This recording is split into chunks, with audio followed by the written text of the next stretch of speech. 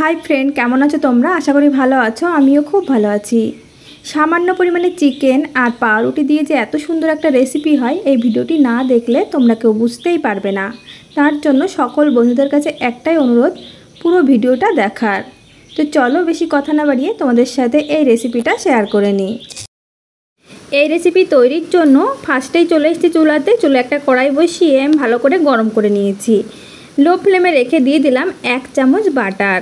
बाटार गले जाওয়া पर्यन्त अपेक्षा करब। बाटार गले गेছে।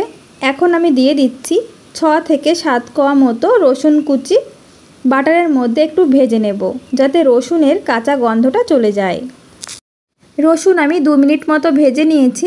এখন এর মধ্যে দিয়ে দিচ্ছি সামান্য পরিমাণে গাজর কুচি। গাজরও আমি কিছুক্ষণ ভেজে নেব। গাজর আমি কিছুক্ষণ ভেজে নিয়েছি। এখন দিয়ে দিচ্ছি 1 কাপ চিকেন। সিদ্ধ করে আমি কাঁটা চামচ দিয়ে ছাড়িয়ে নিয়েছিলাম। এই কাজটি তোমরা হাত দিয়েও করে নিতে পারো। এরপর দিয়ে দিচ্ছি সামান্য পরিমাণে হলুদ গুঁড়ো আর স্বাদ মতো লবণ।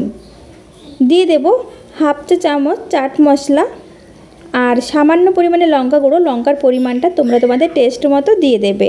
আবার কাঁচা লঙ্কা ইউজ করতে পারো। আমি কিছুক্ষণ হতে দেব। কিছুক্ষণ পর আমি এর মধ্যে দিয়ে দিচ্ছি একটা ছোট সাইজের সেদ্ধ করা আলু হাত দিয়ে ম্যাশ করে নিয়েছিলাম। এরপর ভালো করে আমি মিশিয়ে দেব সব কিছু। আলু যেহেতু সিদ্ধ করা আর চিকেনও সিদ্ধ করা, এটি হতে কিন্তু বেশিক্ষণ সময় নেবে না।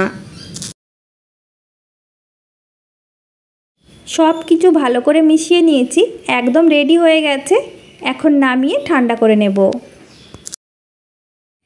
এদিকে আমি নিয়েছি 6 পিস পাউরুটি। চারি সাইডে যে ব্রাউন কালার অংশটুকু আছে আমি কেটে নিচ্ছি। পরে ব্রেড ক্রাম্বস বানিয়ে নেব। এই যে কেটে নেওয়া হয়ে গেছে।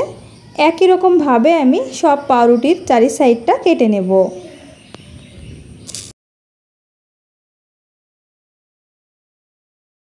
সব পাউরুটির চারি সাইডে আমি কেটে নিয়েছি। আর এদিকে একটা বাটিতে কিছুটা জল নিয়েছি। জলের জায়গায় তোমরা দুধও ব্যবহার করতে পারো। আমার কাছে এই মুহূর্তে দুধ নেই তাই জল নিয়ে নিলাম। পাউরুটিটা চুবিয়ে নিলাম জলের মধ্যে আর হাত দিয়ে এইভাবে চেপে চেপে জলটা বের করে নিচ্ছি। এরপর এই যে পুরটা দেখো ঠান্ডা হয়ে গেছে। এখান থেকে কিছুটা নিয়ে নিচ্ছি পরিমাণ মতো আর হাত দিয়ে চেপে এইভাবে আটকে দিচ্ছি।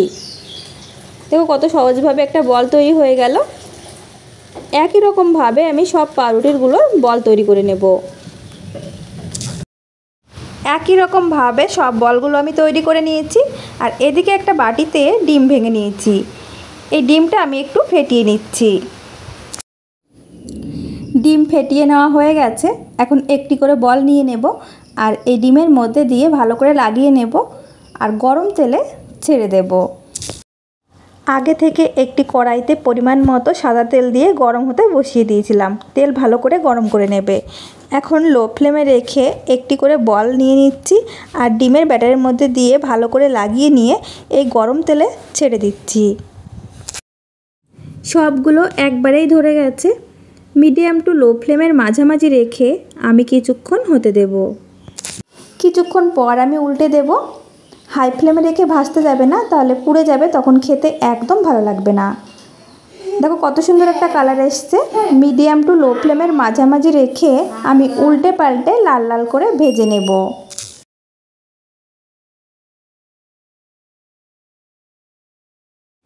চারি সাইড উল্টে পাল্টে সুন্দর একটা কালার করে ভেজে নিয়েছি। আশা করি দেখেই বুঝতে পারছো কতটা সুন্দর লাগছে।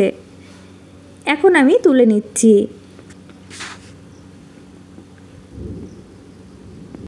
একটা প্লেটের মধ্যে তুলে নিচ্ছি। তো বন্ধুরা, তোমাদের কাছে এই রেসিপিটা কেমন লেগেছে? ছোট বড় সবাই পছন্দ করবে। আশা করি তোমাদের কাছে ভালো লেগেছে।